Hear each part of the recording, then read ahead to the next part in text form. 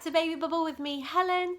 Today we are looking at two songs, and our first song is the Rainbow song. So obviously rainbows are very popular at the moment, and this is a song that's got a lovely sultry mood to it, so it's a really good one to end on during a sing-along. So it's going to involve a scarf, and also it's got very few words in it but goes on for quite some time, so it's really good for you to practice your skills about going slow and keeping it really simple for baby. But also the language is language that baby would hear every day in their lives. So let's get started. So it goes: red and yellow and pink and green, orange and purple and blue. I can sing a rainbow, sing a rainbow, sing a rainbow too. We're not going to go into the verses because we know Dorothy's. But so it's a lovely song. I've gone for my most colourful scarf that I possess. So maybe you've got something that's actually rainbowish or iridescent, or it's got like a unicorn sort of theme. That would be excellent. But if not, any kind of colour that you've got going on, so maybe a bed sheet or whatever you've got, just add in loads of colour for baby. It's really nice at the end of one of these songs if they can then have whatever it is you're using for them to kind of figure out the texture and the softness of it, or if it's made them quite drowsy, it's quite nice for them to have it on their face. They can make those connections. I'll just sing it one more time for those of you that don't know it.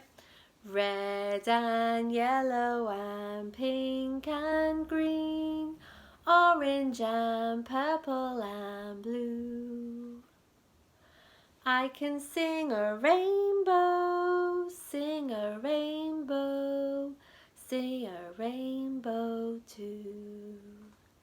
So maybe if there's two of you at home, baby could lie down and have you either end of the scarf, so it's a lovely big waft up to the ceiling and back down. Or if there's two of you or more, maybe someone could join baby and enjoy it with them as well, teach them to raise their legs to kick it away. And if you're on your own, you could always try tucking one end into the edge of the sofa or something like that to give that effect as well.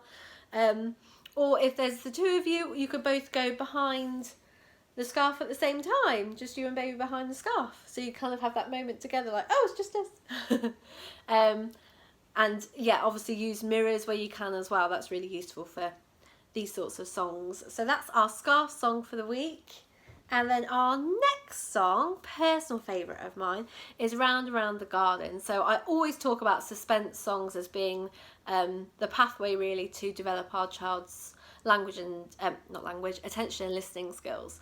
So which is such a fundamental thing when learning early communication, because once you can open your ears to listen, you're fully aware that this person's interested by you, you need to switch on your brain, not just to look like you're listening, but to absorb what's actually being said. It's a really hard skill, and until baby can kind of switch on to that, we haven't got a chance of them understanding or speaking anything. So it is really fundamental that from an early age we test this and we challenge it and push it as much as we can. So Round Around the Garden is a classic. Obviously nappy changing time is a really obvious time to do it because you can go around their tummy. But then I also encourage you with the older babies for them to do it onto your hand or onto your foot or onto your cheek, because we always want singing to be something that we're doing with our children, not to them. So once they're old enough kind of to sing it twice, once to baby and then to encourage baby's hand around yours. Okay, so I'll go around my hand.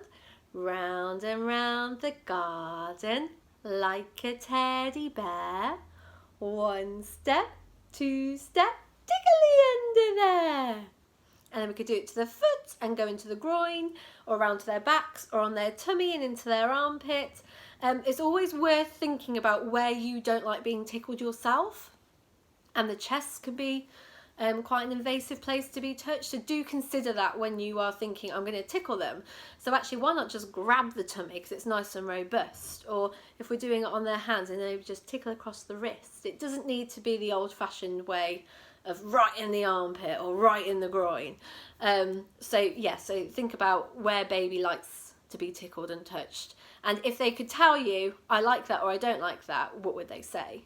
And if you have no idea, just base it on where you would hate to be touched. And I know someone tickling me in my groin would not interest me at all.